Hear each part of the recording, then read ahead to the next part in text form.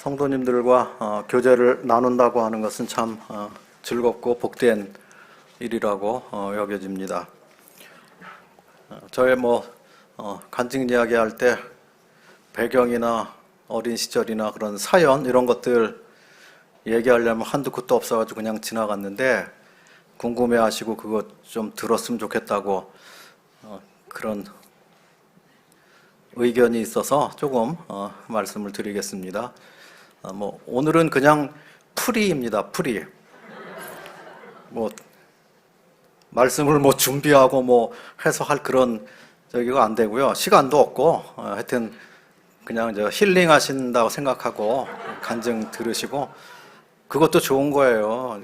그거 사람이 수축하기만 하면 안 되죠. 이완도 필요한 거지요.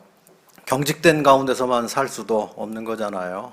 또 즐거울 때 즐거워하고 울 때 울고 함께할 때 함께하고 그렇게 하는 게 이제 삶을 나누는 거고 그게 진짜 교제라고 생각이 됩니다. 저희 부친은 고향이 황해도 연백이에요. 거기 이제 휴전선이 아니라 38도선이 골로 지나가요. 연백으로. 그래서 거기 사셨는데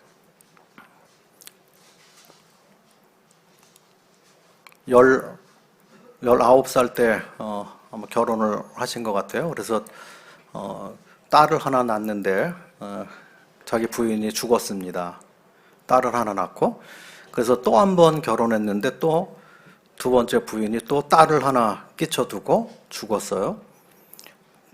그래서 세 번째 결혼을 했는데 아이는 아직 없고 근데 전쟁이 나서 6.25 그래서 일사후퇴 때 그때 아버지가 37살이었다 그래요. 피난 나오실 때. 근데 나왔는데 가족들을 다 못 데리고 나왔습니다. 왜냐면 일단 피해야 되기 때문에 붙들리면 총알바지 되니까 그냥 거기 마을에서 전부 다 남자들만 먼저 회주 앞에 용매도라고 하는 섬으로 일단 피했어요. 피했는데 이게 전쟁 상황이 갈 수 있는 상황이 아니고 아예 남쪽으로 피난 나와야 되는 상황이 돼가지고 거기서 어쩔 수 없이 인천으로 배를 타고 오셨습니다. 그래서 늘 북쪽을 바라보고 살고 우울하게 살고 그렇게 하시던 분이에요. 근데 친척들이나 다른 이렇게 나오신 분들이 그냥 그러고 어물어물대니까 40 넘어가고 나이가 그러니까 안 되겠으니까 누구 자꾸 여자를 소개하고 이렇게 해가지고 저희 생모를 만났어요. 그래서 저희 생모님도 너무 일찍 돌아가셔가지고 사진 한 장이 없고 얼굴이 기억이 안 납니다. 저는 한 5살 이럴 때 돌아가셔가지고 그래서 그런데 저희 생모님도 전쟁 중에 남편을 잃고 아들 하나 딸 하나 데리고 있다가 저희 아버지하고 같이 살게 됐습니다. 근데 그렇게 살다가 근데 제가 생겼죠. 저는 59년생인데 문복장제님하고 동갑이에요. 근데 그렇게 해서 살다가 어머니가 계속 사셨으면 아마 형하고 누나도 계속 관계가 됐을 텐데 어머니가 돌아가시니까 누나는 그때 저는 어렸고 누나는 그때 무슨 경상도 상주로 시집 갔다는 소리를 들었고요. 그리고 형은 한 띠동갑 정도 될 것 같아요. 근데 자기가 이제 혼자 생활할 만하니까 이제 크니까 어머니도 없고 의붓 아버지 밑에서 살기 싫으니까 그냥 나갔어요. 집을 나갔어요. 그래서 저는 아버지와 끝까지 죽이 되든 밥이 되든 살아야 하는 관계니까 같이 살았고요. 그렇게 돼서 형하고 누나하고 이제 소식이 끊어져가지고 모릅니다. 모른 채로 지금까지 그냥 왔습니다. 그런데 아버지가 고향에서 상처를 2번 하셨어요. 그런 다음에 여기 나와가지고 한 번 결혼했는데 또 부인이 죽었어요. 그리고 나서 그때부터 누가 그렇게 소개를 많이 하는지 자꾸 새어머니 들어왔습니다. 지금은 꿈도 못 꾸죠. 초혼도 힘든 판에 무슨 지금 재혼은 어림도 없죠. 지금은. 근데 그때는 경제적으로 너무 어렵고 살기가 힘들고 그런 시대였기 때문에 이런 또 전쟁 후에 무슨 사연 있는 그런 사람들도 많고 그래서 밥만 먹을 수 있으면 혼자 사는 것보다 같이 사는 게 나았던 그런 때예요. 그래서 그 자꾸 혼자 사는 여자분들이죠. 쉽게 표현해서 이제 새엄마들이 이제 들어오셨어요. 들어왔다가 뭐 와서 보니까 소망이 없으니까 또 가고, 그럼 뭐 또 누가 소개해가지고 또 들어오시고 이렇게 했어요. 그 여러 명이 하도 그렇게 들락날락 해가지고 제가 다 기억도 못 합니다. 그렇다고 저희 부친이 무슨 도덕적으로 안 좋은 그런 분이 아니에요. 우리 아버지 이름이 이일선이에요. 이일자, 한일자에 착할 선자. 예? 그러니까 제일 착한 사람 그 뜻이잖아요. 근데 실제로 법 없이도 살고 착해요. 인간적으로 볼 때. 주님 앞에서 볼 때는 다 썩은 죄인인데, 근데 이제 보편적으로 같은 인간 입장에서 볼 때는 선량해요, 착하셔요. 그런데 새어머니가 어느 날 한 분 오셨어요. 이제 초등학교 들어가기 전입니다. 7살 때. 미취학이죠. 제가 웃을까봐. 어느 날 자고 일어났는데, 예? 왜 못 보던 여자분이 계셔요. 아버지는 일찍 출근을 하셨고, 일하러 가셨고, 새벽같이 일을 나가셨는데, 저를 물끄러미 내려다보고 계셔요. 그래도 제가 자다가 일어나가지고 깜짝 놀라가지고 뭐라 그랬겠어요? 누구시냐 그랬겠죠. 아주머니 누구셔요? 그랬더니 그분이 야, 이제부터는 내가 네 엄마 하려고 왔으니까 아줌마라고 하지 마라. 한번 지금 한번 해볼래? 그러시는 거예요. 근데 그게 말이 나옵니까? 모개역이 걸려가지고 안 나오죠. 그러니까 이게 엄마가 아닌데 엄마라고 이게 표현해서 하는 것까지는 엄청난 노력이 필요한 거예요. 그게 다 스트레스죠. 아닌 것 아는데 그렇게 해야 되니까. 내가 이제부터 너희 아버지하고 살라고 그러고 여기서 살 거니까 이제부터 내가 너의 엄마다. 그러니까 엄마라고 해라. 그래가지고 그분이요 그냥 저를 다 개조시켰어요. 뜯어 고쳤어요. 그래서 아침에 일찍 딱 어느 정도였냐면요, 아버지가 지금 뭐 가로 청소하시는 그런 거, 청소하시는 거 새벽에 나가야 되거든요. 새벽에 나가시는데 들어오시기는 퇴근은 좀 빠르시죠. 그러니까 새벽에 나가야 되는데 그때 아버지가 밥을 드시고 가실 때 같이 일어나가지고 거기 있다가 안녕히 다녀오십시오 하고 다시 자라는 거예요. 새벽에 7살짜리한테 일어나라 그러면 일어나집니까? 근데요 얼굴에 찬물을 끼얹었어요. 자다가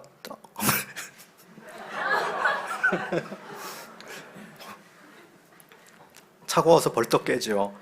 그랬더니 일어나가지고 여기 있어라. 그리고 아버지가 우리를 위해서 새벽같이 나가서 일하고 와야 되는데 우리가 이 정도도 못해선 되느냐. 그러니 그 말이 맞잖아요.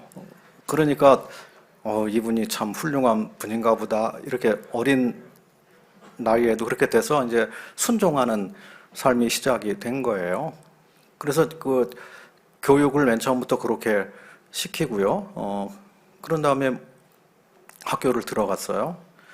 들어갔는데 갔다 오자마자 숙제 먼저, 세상 무슨 일이 있어도 숙제 먼저 하고 나가서 노는 거. 그리고 저녁 6시만 되면 어김없이 집에 들어오는 것. 이걸 이제 훈련을 시켰어요. 지금은 뭐 핸드폰도 있고 뭐 시계도 흔하고 그러니까 그거 알죠. 근데 그때는 시계도 없어요. 그러니까 시간 맞추기가 어려워요. 노력하지 않으면 몰라요. 신경 써야지. 그래서 진짜 늦게 들어오면 엄청 혼나고 그렇게 했습니다. 그래서 그게 이제 이게 훈련이 돼가지고요. 학교 가가지고 공부를 잘했겠어요? 못했겠어요? 당연히 잘하죠. 그래서 새벽에 일찍 일어나서 그거 하고 아버지 배웅하고 또 잤다가 일어나서 학교 생활은 막 꼬박꼬박하고 이게 바르게 살아야 되고 이런 걸 했기 때문에 가서도 그 아주 열심히 했죠. 잘했죠. 좀 오래 사셨어야 되는데 초등학교 2학년 때 또 결핵 오셔가지고 돌아가셨어요. 그래서 저한테는 그런 분이 좀 더 오래 사셨으면 더 좋았을 텐데 뭐 어쨌거나 주님이 계획하신 그런 것들이 있기 때문에 그런 다음에 또 뭐 새어머니 들어오셨다 나가셨다 이런 걸 했습니다. 상처를 엄청 받았어요. 그래서 아마 제가 태어날 때는 명랑한 성격으로 태어났을 것 같은데 살아가면서 말도 안 하고 우울하고 그리고 뭐냐면 부정적인 생각하는 그런 사람으로 됐습니다. 그러니까 세상 재미가 없어요. 뭘 해도 재미가 없어요. 그래서 그리고 뭐예요? 자존심은 센 데다가 또 열등 의식은 또 얼마나 많아요. 남들 다 가는 학교, 상급 학교 잘 가지도 못하고 공부도 못하고 뭐 그리고 사니까 얼마나 마음이 허하고 그랬는지 몰라요. 제가 시를 쓰고 그럴 사람이 아니에요. 그럼 말도 못하고 글은 써본 일도 없고 7년 전에 예배당 짓고 나서 껍데기 건물은 지었는데 이 속 사람들을 어떻게 해야 될 거 아니겠어요. 그래서 밴드에다가 무작정 글을 썼습니다. 무조건 쓴 거예요, 그냥. 근데 글을 쓰니까 미주알, 고주알 이렇게 하게 되잖아요. 그러니까 자매가 읽어보더니 좀 줄여요. 좀 이거 빼야 돼. 이게 밴드라는 거는 이게 짧아야 좀 그 보는 거지. 그 길게 해놓으면 누가 그걸 보냐 안 보지. 그러니까 출근하고 그러면서 그 전철에서 보고 그러라고 하는 용도니까 그러니까 좀 짧게 해보라고. 그래서 이것 빼고 저것 빼고 하다 보니까 그냥 이렇게 된 거예요. 뭐 저는 시가 뭔지도 모르고 그런 거에서 문학 이런 거 문자도 모릅니다. 그냥 성도들이 유익되면 좋으니까 주님 이 글을 그냥 써야 되겠습니다. 그리고 신앙생활 한참 하고 나이 60이 다 돼가는데 그냥 뭐 지금 또 가서 뭘 배우면 머리에 들어가지도 않는데 뭘 배웁니까? 이미 주님 가르쳐 주시고 배우고 경험하고 그런 것들을 그냥 표현하고 쓰는 게 훨씬 이 나이에는 낫지 않겠습니까? 그냥 그렇게 하고요. 쓴 거예요. 그랬더니 자매가 뭐라 그러는지 알아요? 매일 써서 올리면 식상하니까 그러니까 일주일에 한 개만 쓰고 가끔 써야지 그게 희귀성이 있어야 그 보지 맨날 쓰냐 그걸. 그래도 저도 고집 있어요. 당신 밥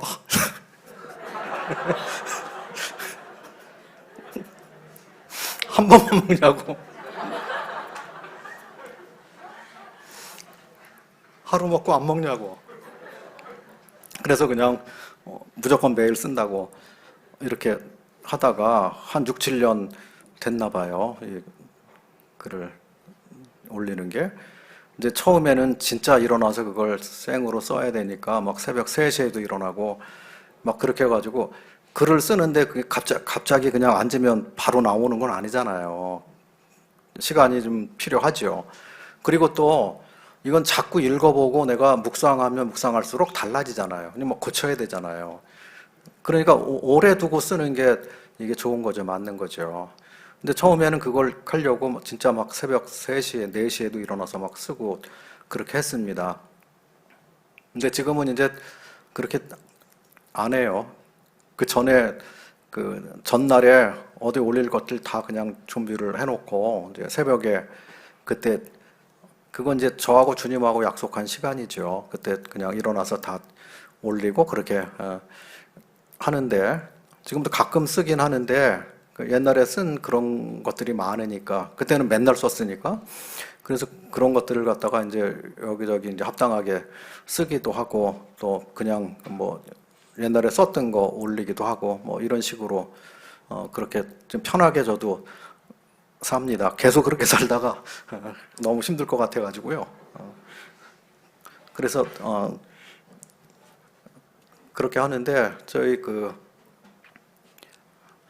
외롭고 지치고 피곤하고 그리고 소망이 없었던 그런 사람에게 이제 주님이 제가 주님을 찾았다기보다는 주님이 찾아오신 거죠. 그리고 긍휼히 여기셨고 주님 영접할 수 있도록 이렇게 해주신 것에 대해서 참 감사를 드립니다. 뭐 이거 하나만 더 읽어드리도록 하겠습니다.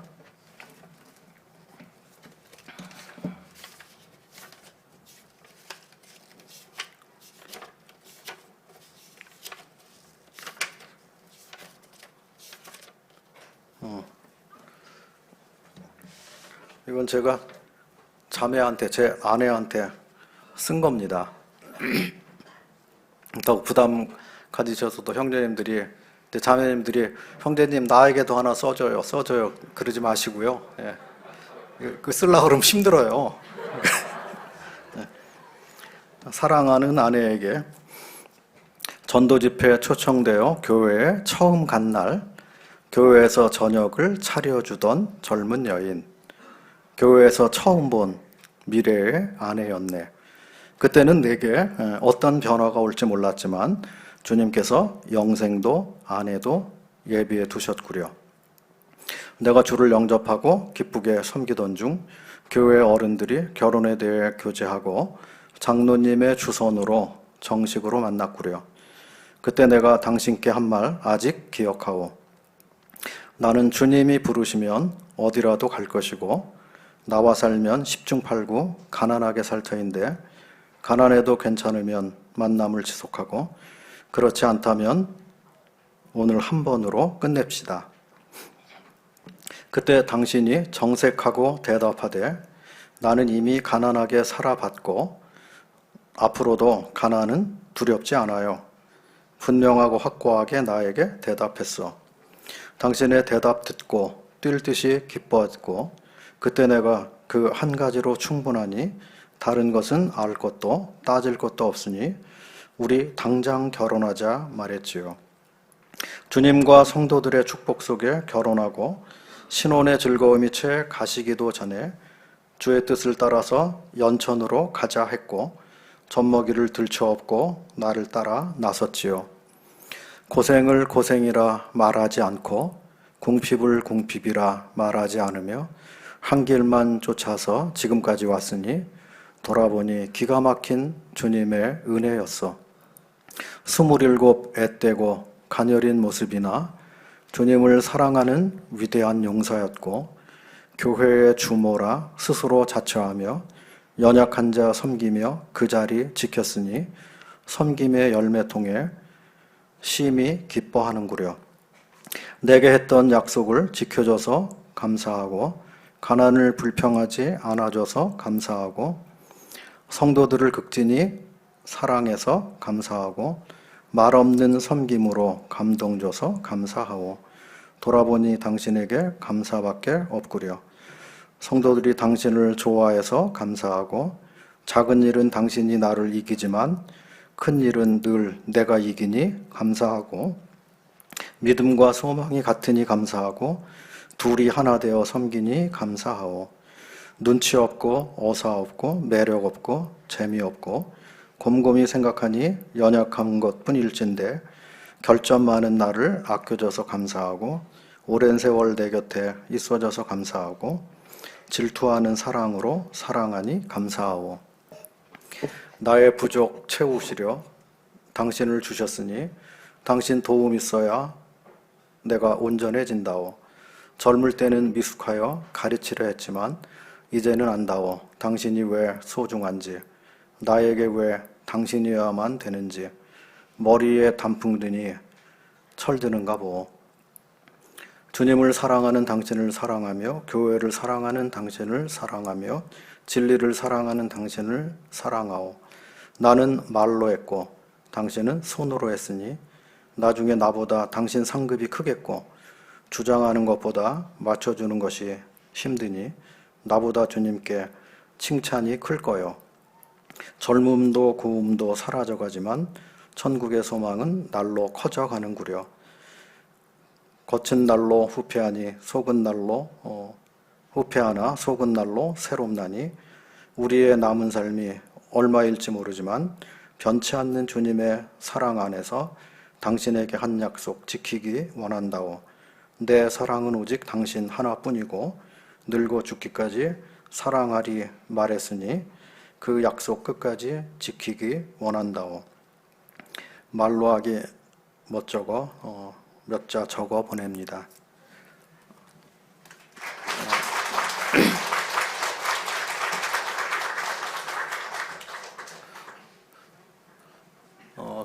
얼마 전에 며칠 전에 구도자 부부가 왔어요. 집에서 이제 같이 좀 교제하는데 제가 그 구도자에게 그렇게 물었습니다.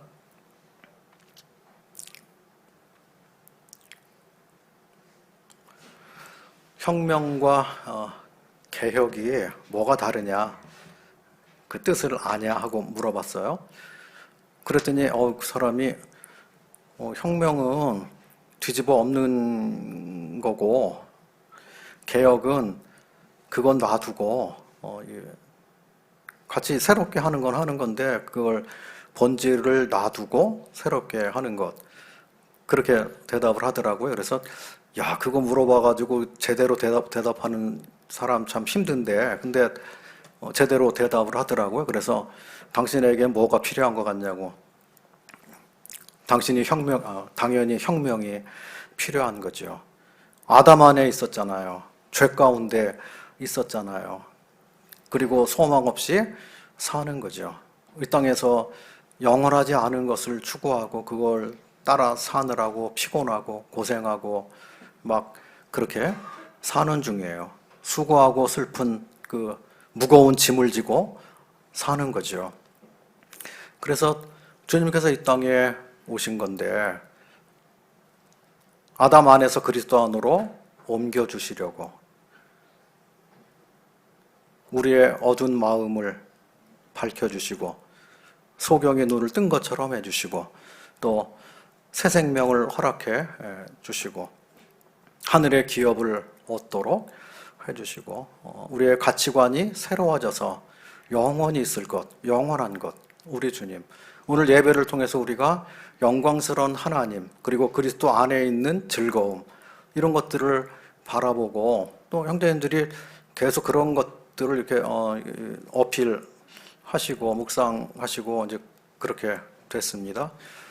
그러니까 이미 구원받은 사람들에게는 우리 속에서 내면에서 내가 본질적으로 변화가 일어난 거지요. 가치관이 달라진 거잖아요. 땅에 있는 영광을 쫓아가는 것이 아니고 돈을 따라가는 게 아니고 세상 그 명예와 지식이나 이런 것들을 추구하고 따라가는 사람이 아닌 거죠.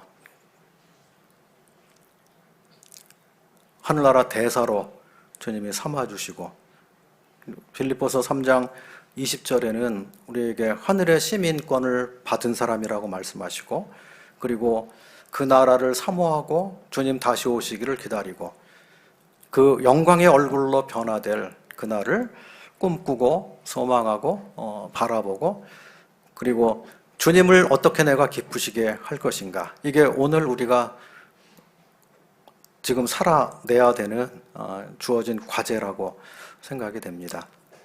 그래서 믿지 않는 사람에게는 그 안에 이제 이 근본을 바꾸는, 뿌리를 바꾸는, 이제 그리스도를 영접하는 진실한 회개와 참된 믿음이 필수적인 거죠. 그래서 그렇게 된 다음에는 이제 믿는 우리들에게는 때때로 개혁이 필요한 거죠. 나는 변했고 구원 받았는데 세상은 변한 게 없잖아요. 우리가 살고 있는, 발붙이고 살고 있는 그곳은 그리스도를 거부하는 그런 곳이죠. 죄가 있는 그런 곳이에요. 그래서 이 복음 우산을 쓰고 가도 소나기 쏟아지는데 우산 잘 쓰고 아무리 가도 옷이 다 젖잖아요. 마찬가지로 나는 똑바로 가고 똑바로 생각하고 주님 사랑하고 잘하려고 해도 때가 묻죠. 그리고 우리 속에 옛사람이 법적으로는 처리가 됐는데 근데 실제적으로는 아직도 있어가지고 우리가 이 한눈 팔면 사망의 길로 자꾸 이끌려고 하잖아요. 잘못된 생각이 나오고 그거 절제하고 버리지 않으면 그게 막 끌고 가려고 하잖아요. 도비아가 성전 골방에 성물들로 가득 차야 되는데 상태가 안 좋을 때 도비아가 들어와서 거기 나를 차지하고 속이고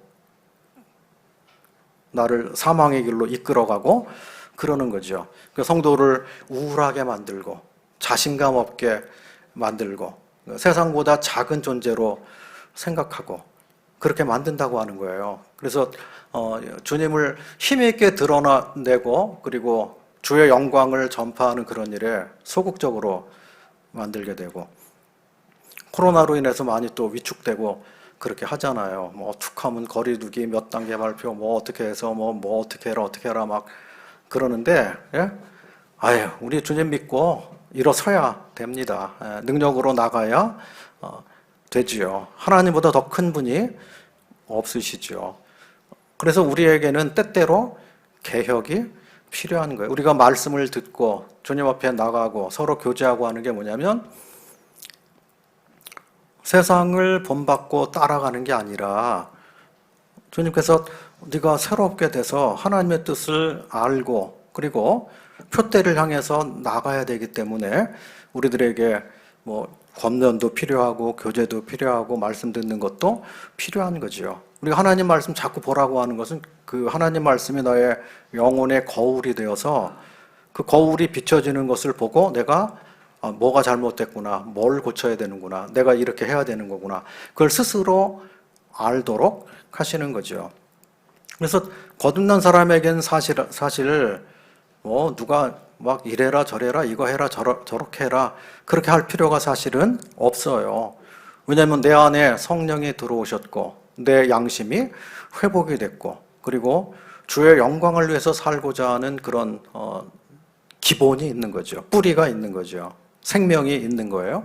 그래서 생명은 내 속에서 역사하는 것이기 때문에 내가 나의 위치에 대해서 하나님이 나에게 베푸신 은혜에 대해서 그걸 확실히 인지하고 있다면 하나님께서 그 영혼들을 각 사람을 하나님 뜻에 맞게 하나님 형편대로 인도해 가시는 거죠. 우리를 다 획일적으로 만드시는 분이 아니잖아요. 이건 산 돌들이 쌓아지는 거고 벽돌을 공장에서 찍어서 만들어가지고 하는 게 아니죠. 모임마다 다 특색이 있고 달라요. 조금씩. 그런데 기본은 안 달라요. 만찬 예배 드리는 거 똑같죠. 너울 쓰고 똑같죠. 예배 드리는 거 하면 하나님을 경외하고 높이려고 하는 거 그런 것들은 같은 거지요. 어떤 뭐 형식이나 이런 것들에 대해서는 약간씩 차이는 있을지 몰라도 이 기본이 우리가 주님께로부터 생명을 얻고 성령이 내주하는 것을 믿고 그분이 우리를 인도해 가시는 것을 믿고 최종 승리는 하나님께 있는 것을 믿고 그래서 세상을 두려워하지 않고 살도록 된 것이죠. 그래서 그리스도인처럼 용감한 사람이 어디 있나요? 그리스도인처럼 복이 많은 사람이 어디 있나요?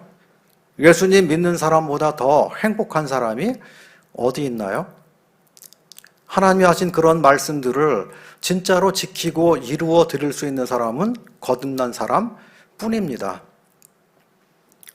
안 믿는 사람들에게 우리가 하는 교제나 이 하나님 말씀 말하면 알아듣지를 못해요. 이해하지를 못합니다. 세상에서 박사학위 몇 개 가졌어도 못 알아들어요. 그런데 주님 믿은 사람들은 아무리 어리다고 해도 성령이 하시는 그 음성, 그 말씀을 알아듣는다고 하는 것입니다. 얼마나 놀라운 일인가요? 복음이 전파되는 곳마다 그곳에서 하나님께서 생명을 주셔서 그 생명이 자라나도록 하셨으니까 놀라운 일이죠.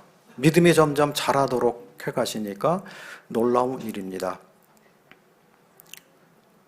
최고의 기적은 우주보다 더 크신 하나님께서, 우리 주 예수 그리스도께서 사람의 모양으로 이 땅에 내려오셨다는 거죠. 먼지만큼 작은 그 지구에, 하나님 입장에서 보면 그렇게 작잖아요. 거기서 또 수십억 사는 그 사람들 얼마나 작은가요? 그런데 그 작은 한 그 인생의 모습으로, 그것도 아기로 태어나셔야 되니까, 동정녀 마리아의 몸에 잉태된 그 얼마나 큰 기적인가요? 그리고 그분이 나 같은 범죄자를 인해서 쓸모없는 인생을 위해서 십자가를 지셨다는 것보다 더 큰 기적이 있나요? 그분이 나를 위해 죽었다가 다시 살아난 것보다 더 위대한 소식이 있나요? 그래서 복음을 전할 때 그리스도의 죽으심과 부활을 전하는 거잖아요. 하나님께 대한 회개와 예수님께 대한 믿음. 아무리 잘 전해도 그걸 빼먹고 전하면 복음 뭐 잘 못 전한 게 되는 거죠. 그래서 이 주님께서는 각 시대마다 어떤 개혁하시고 새롭게 하는 그런 것들을 봅니다. 여호사밧 시대라든지 아사 시대라든지 또 히스기야 시대라든지 요시야 시대라든지 아니면 느헤미야나 에스라 시대, 그럴 때 대대적인 신앙 부흥이 일어났습니다. 회복돼야 되니까, 새롭게 돼야 되니까. 그들의 신앙을 갈아엎는데 아예 근본을 갈아엎는 그게 아니고, 근본은 놔두고 뿌리는 놔두고, 그리고 그들이 원형에 가까이 갈 수 있도록 일으켜 세우는 거, 새롭게 하는 거, 그것이 계속 일어난 것을 보게 됩니다. 인생이 살아가면서 어떤 그 매너리즘에 빠지기가 쉽죠. 그냥 익숙해지는 거죠. 하던 일에 그냥 그렇게 하고 뭐 그러기가 쉽기 때문에, 그래서 주님께서 에베소 교회를 향해서 너 첫사랑을 버렸다. 첫사랑, 첫 믿음을 회복해라. 어디서 떨어졌는지 생각하고 그것을 회복해라. 이렇게 주문하고 계신 것을 보게 됩니다. 오늘날 우리에게도 마찬가지죠. 주님이 오신다고 하는데 말로는 오신다고 하고 빨리 오신다고 하고 이 코로나 때문에 이게 주님 오시는 게 더 가시적으로 보이고 앞당겨졌다. 그렇게 말하는데 우리는 아직도 세상에 있고 세상을 즐기려고 하고 세상의 가치와 뭐 그리스도의 가치를 혼동해가지고 그거 가지고 같은 위치에 놓고 뭐 저울질하고 이러기가 쉽다고 하는 거죠. 그래서 주님께서 우리의 신앙에 대해서 새롭게 되어야 될 것을 말씀해 주십니다. 이거는 뭐 어느 교회든지 어느 곳에 사는 사람인지 어느 누구 개인이든지 다 해당되는 그런 말씀인 것을 보게 됩니다. 그래서 개혁은 뭘 없는 것을 만들어내는 것을 개혁이라고 말하지 않습니다. 하나님이 우리에게 주신 그런 자원, 하나님 말씀 벗어나서 뭐 다른 어떤 획기적인 어떤 것을 뭐 도입해가지고 교회를 뻥튀기 튀기는 그런 것을 개혁이라고 말하지 않고 성경은 철저하게 성경으로 돌아가는 것을 개혁이라고 말합니다. 말씀으로 돌아가는 것을 개혁이라고 말합니다. 하나님께로 오는 것을 개혁이라고 말합니다. 그래서 어느 시대마다 개혁이 일어났을 때 그들이 세상과 분리하는 것이 일어났습니다. 그리고 하나님의 기록된 말씀을 읽고 그리고 그 말씀에 순종하는, 실제로 그 말씀대로 행하는 그런 일들이 일어났습니다. 이방인들을 분리시키고 그리고 도비아를 내쫓고 그리고 하나님 말씀을 따라서 절기를 회복하고, 히스기야 때는 유월절이 대대적으로 회복이 됐습니다. 백성들이 얼마나 즐거워하고 좋아했는지 몰라요. 그러니까 저들의 신앙이 회복되니까 주님께 대한 헌신이 놀랍게 나타나는 거죠. 막 헌신해라고 말해가지고 막 헌금 많이 하라고 막 말해가지고 되는 게 아닌 거잖아요. 우리가 깨어나면, 우리가 주님께 가까이 가면, 우리가 주님을 사랑하면, 우리의 소망을 하늘에 두고 산다면, 그러면 우리는 당연히 우리가 해야 할 일을 하는 것이죠. 나의 몸과 생명, 소질 모두 다 주님 핏값으로 사주신 거잖아요. 내 전부를 하나님이 사주셨습니다. 금도 내 것이고 은도 내 것이고 모든 것이 하나님 것이 된 것이죠. 그런데 사람들은 그게 자기 건 줄 알아요. 내가 일하고 내가 똑똑하고 내가 어디 잘하고 투자 잘해가지고 돈 벌었는데 그거 왜 하나님 거야, 내 거지. 내가 쓰고 남은 것으로 드리면 되지, 섬기면 되지. 근데 그렇게 했다가는요, 주님 나라 왔을 때 쪽박차기 쉬워요. 하나님께서는 너의 가장 좋은 것으로 섬기라 그랬잖아요. 너의 만물을 나에게 드리라고 말했잖아요. 레위인들이나 복음 위에서 수고하는 그런 사람들을 저버리지 말라고 했죠. 가난한 사람들, 이웃 가난한 사람들 돌아보라고 말씀했죠. 지금도 병든 성도, 가난한 성도, 어려움 가운데 있는 성도, 그냥 말로만 기도할 게 아니라 진심으로 기도해야 됩니다. 그리고 도울 일이 있으면 도우려고 해야 되는 거죠. 선교지에 나가 있는 그런 가정들도 기도를 많이 해야죠. 그런데 실제로 뭘 거기서 쓸만한 그런 것들을 도와주지 않으면서 하면 그게 도움이 안 되겠죠. 지금 당장 필요한 거는 뭐 물질이 필요한데, 근데 그게 공급이 안 되면 살기도 어려울 뿐더러 주의 일이 지연도 되겠고 그런 거죠. 근데 인덕원 모임은 그런 면에서 참 모본을 보이시는 모임이라고 알기 때문에 참 감사하는 마음이 있습니다. 그 전에 선교사를 보내서 또 그렇게 후원하시고 열심을 내서 하시는 그런 그 소문들, 멀리 있어도 안 듣는 것 같아도 다 들어요. 그래서 그 좋은 소문을 듣고는 또 감사하고 그렇게 되지요. 그래서 주님께서 네가 달리는 말하고 경쟁하는데 그거 힘들다, 내가 보행자와 경쟁해도 힘들다 그러면 네가 말과 어떻게 경주하겠느냐. 네? 강물이 편안하게 흘러갈 때는 괜찮겠지만 요단강이 넘쳐날 때 그거 어떻게 하겠느냐, 이렇게 말씀해 주셔요. 예레미야는 자기가 겪고 있는 그 환난, 어려움, 고난, 이걸 하나님 앞에 말씀드리고 좀 감해달라고 그렇게 하시는데 주님께서는 아니다, 네가 더 강해져야 된다, 네가 그거 뚫고 나가야 된다, 네가 이겨야 된다, 네 세상을 이겨야 된다, 내가 있지 않느냐, 내가 너의 능력이지 않느냐, 너는 나를 의지하고 세상이 너를 이길 수가 없기 때문에 네가 면역력을 키워야 이기는 것처럼요, 담대한 믿음으로 나가야 될 것에 대해서 말씀해 주십니다. 성경 한 곳 찾아보겠습니다. 이세준 형제 와가지고 성경을 하나도 안 읽고 말만 하고 갔다고 그러면 또 안 되잖아요. 한 곳 읽겠습니다. 예레미야서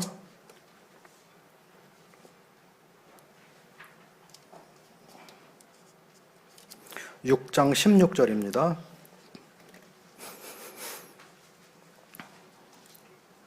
예레미야서 6장 16절, 구약성경 1059쪽입니다.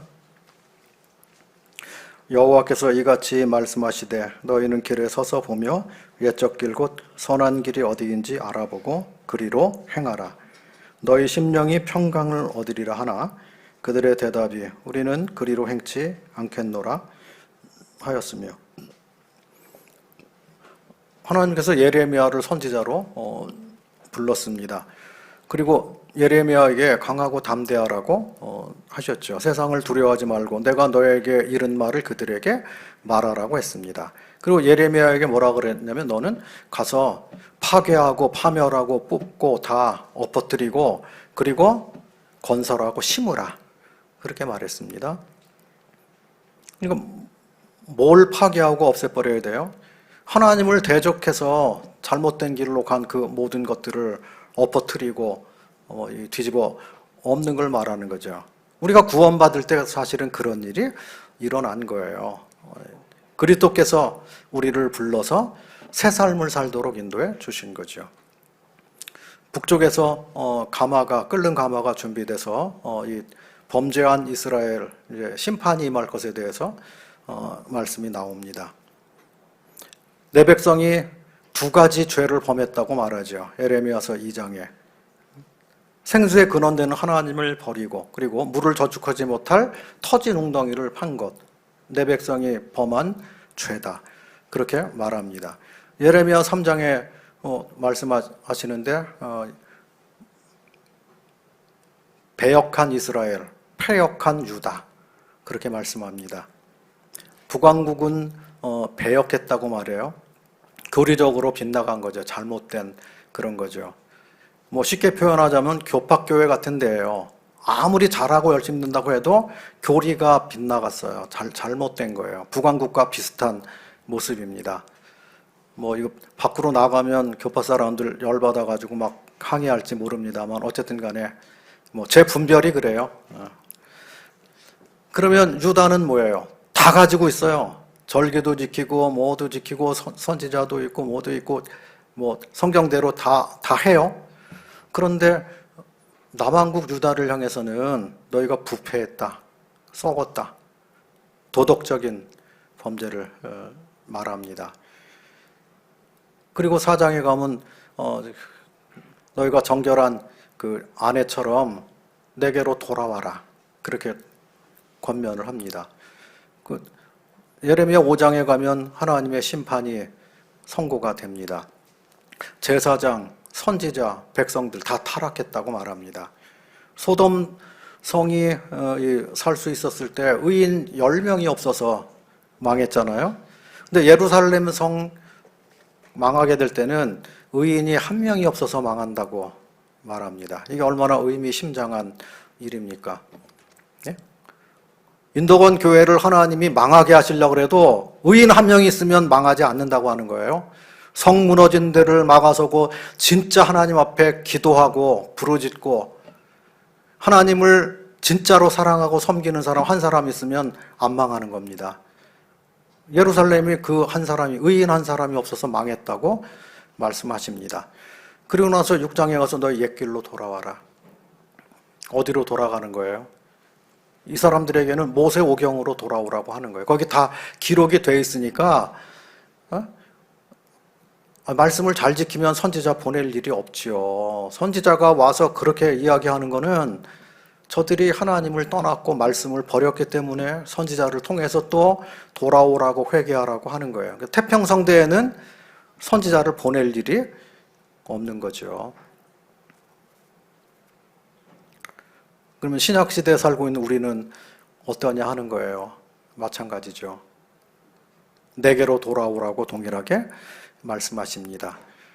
우리의 모델은 성경이 기록된 대로 초대교회 모습으로 돌아가는 것이 그게 진짜 개혁이고 부흥인 것이죠.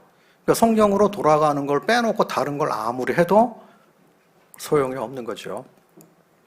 그래서 초대교회가 어떤 교회였나요? 능력이 있었어요. 초대교회 때. 그리고 구별이 있었어요. 경건했습니다. 세상이 그들을 보고 칭송했다고 나오잖아요. 그리스도인이라는 별명을 세상이 붙여준 겁니다. 그리스도를 본받는 자, 그리스도를 닮은 자, 예수쟁이, 하나님의 사람.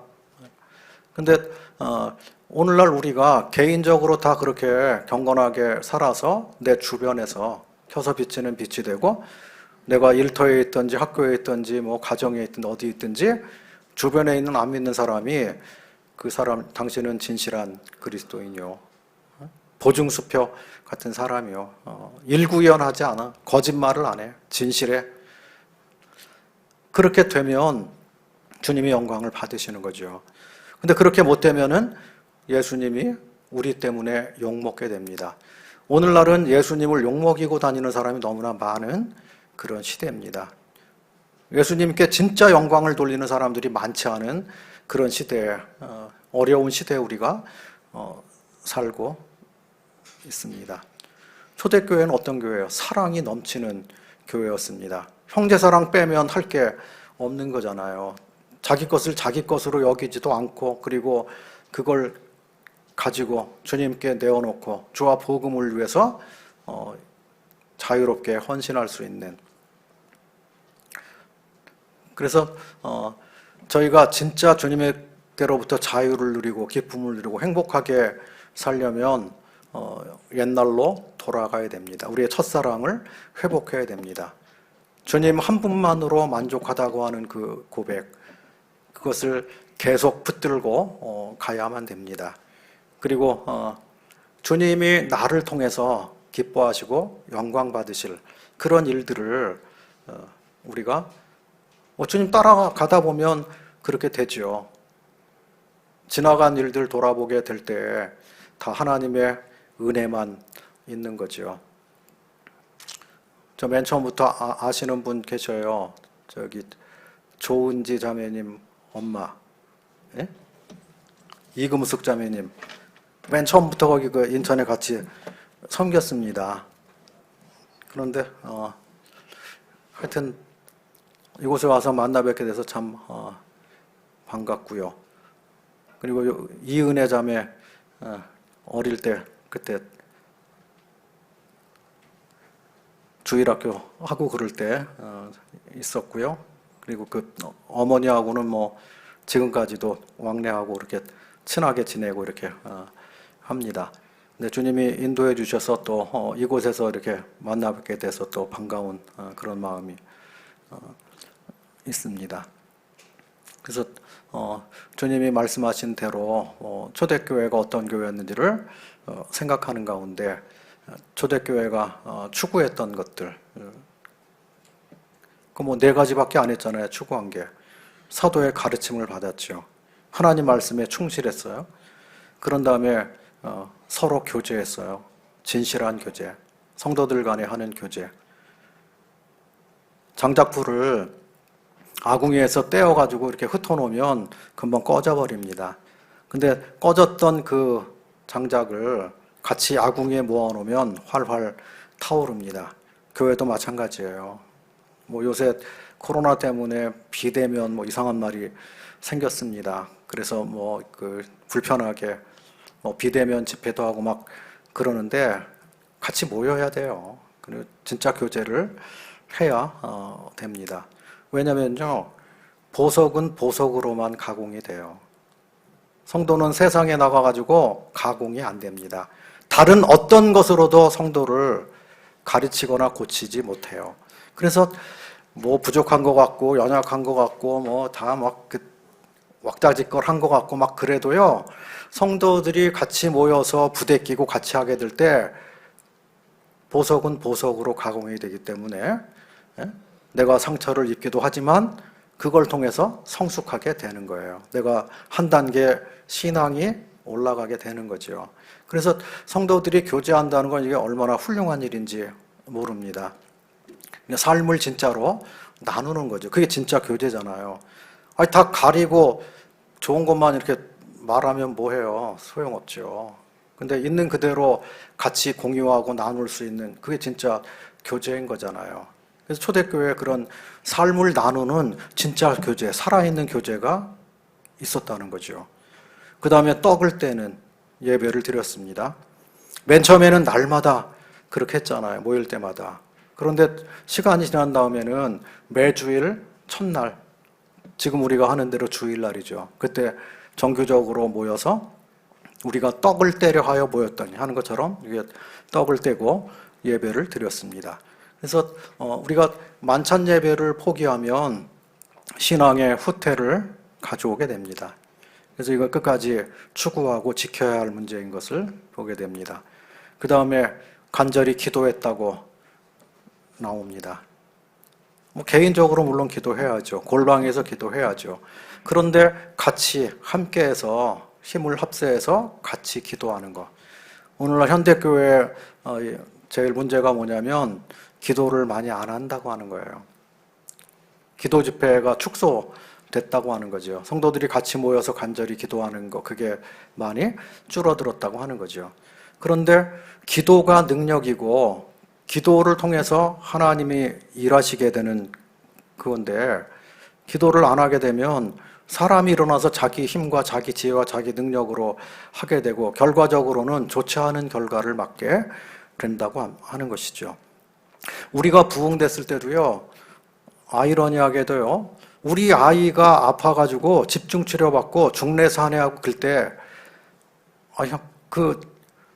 제일 부흥이 안 될 것 같잖아요.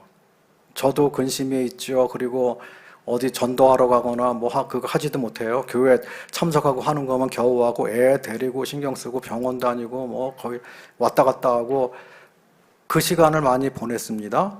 근데요, 제일 많이 구원받았어요. 그거 어떻게 설명해야 되나요? 일은 제일 못했는데 거의 못했죠. 근데 뭘 했냐면은 교회가 기도했어요. 성도들이 기도했어요. 우리 힘으로 안 되니까, 내 힘으로 안 되니까. 내가 아버지지만 그 아이를 살려낼 능력이 없잖아요. 마음 같아서는 나이 먹은 내가 먼저 가고 젊은 내가 살아야지. 그래서 내 생명에서 한 15년, 자매 생명에서 한 15년 그렇게 떼서 더 살게 해주면 안 됩니까? 사람 생각은 그렇잖아요. 그런데 그게 부질없는 거고 하나님이 살려주셔야 사는 거죠.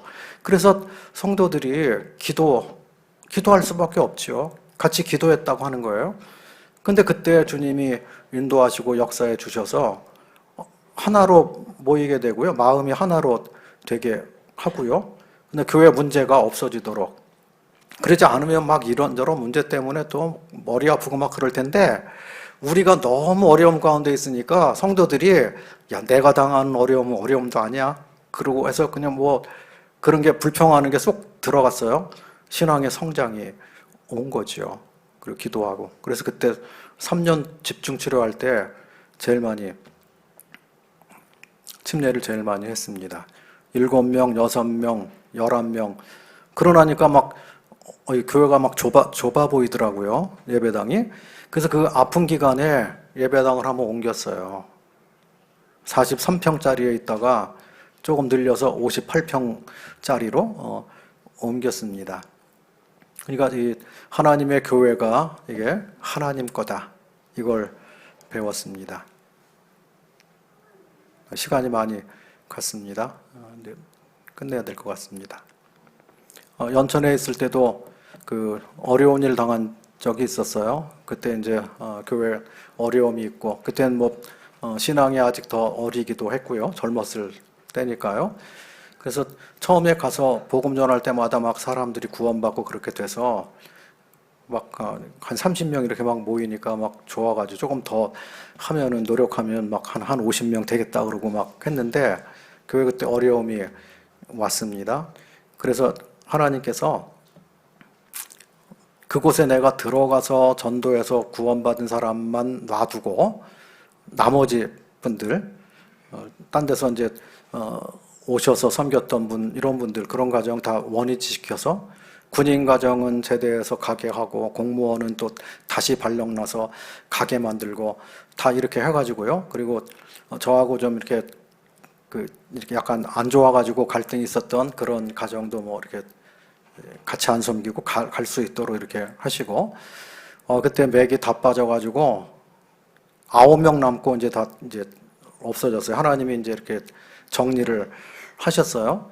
그때 힘이 다 빠졌는데요. 자매는 그냥 누웠어요. 그냥 너무 탈진해가지고, 너무 힘들어가지고. 그런데 주님이 위로하셔요. 주님이 세우셔요.